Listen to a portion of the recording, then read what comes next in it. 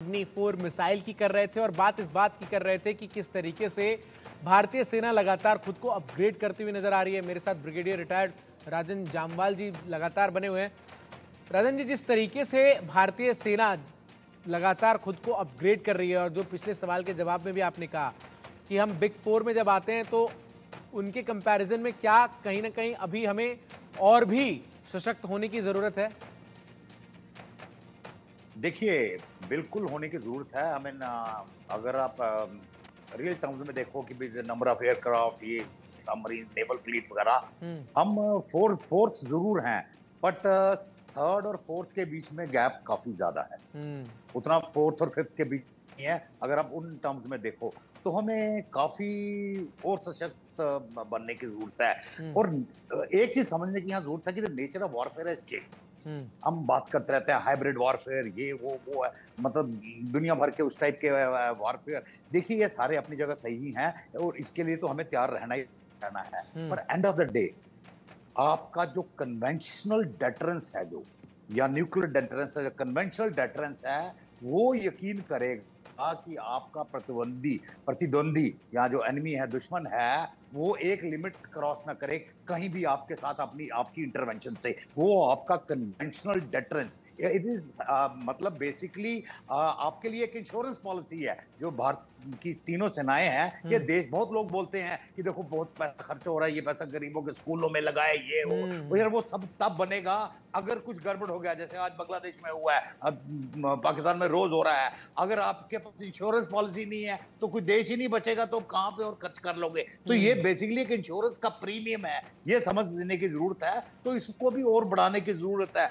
हम GDP terms में बात कर लें, अभी पहले तीन के साथ देख लो, आप कंपेयर कर लो, हम अभी भी पीछे हैं, अभी भी पीछे हैं। और उनमें से एक हमारा प्रतिनिधि चाइना है। अभी चाइना के कंपैरिजन में वो आदमी समझता है कि चाइना की इकोनॉमी थोड़ी हमसे ज्यादा है तो इसलिए नहीं है, बट अगर आप 1990 के आसपास देखो तो हम तकरीबन बराबर थे। हाँ। उन्होंने 15-20 साल में क्या किया जो शायद हम नहीं कर पाए या हम पीछे रह गए हैं, तो हमारे भी, बट उन्होंने कभी भी, जब उनके पास इकोनॉमी कम थी, उन्होंने फिर भी अपने फोर्सेस को के ऊपर कभी कट नहीं लगाया। उन्होंने फोर्सेस सर, के मैं ऊपर, आपसे एक और हमारे चीज यहाँ भी जानना शुरू चाह हो रहा हूं गया है। क्योंकि कल रक्षा मंत्री राजनाथ सिंह का एक बयान सामने आया। मैं इस बयान के मायने आपसे समझना चाहता हूं। उन्होंने स्पष्ट तौर पर कहा कि देश की सेना को, सशस्त्र बलों को किसी भी समय, किसी भी प्रतिकूल परिस्थिति के लिए तैयार रहना चाहिए। क्या इशारा कुछ बड़े होने की तरफ है या फिर जिस तरीके से लगातार जो एक प्रायोरिटी इस सरकार की नजर आई है कि सेना को किस तरीके से जो अत्याधुनिक वेपन्स है, इक्विपमेंट्स हैं, चाहे वो नेवी को नए सबमरीन्स हों या फिर आर्मी को नए वेपन्स हों या फिर एयरफोर्स की फ्लीट में नए जंगी जहाज़ों को शामिल करना हो, उसके तौर पर देख रहे हैं या फिर इसके बयान के मायने किस तरीके से आप इसको समझते हैं? देखिए, जो इंटरनेशनल उनका जो बयान है, ये it is connected to the current geopolitical situation, कि जहां तेजी से बदल रहे हैं, संबंध बदल रहे हैं, एंड डायनेमिक्स आर चेंजिंग। हम्म। तो मतलब, और हमारे आगे पीछे जो कुछ हो रहा है, कभी भी हमें हरकत में आने की जरूरत पड़ सकती है।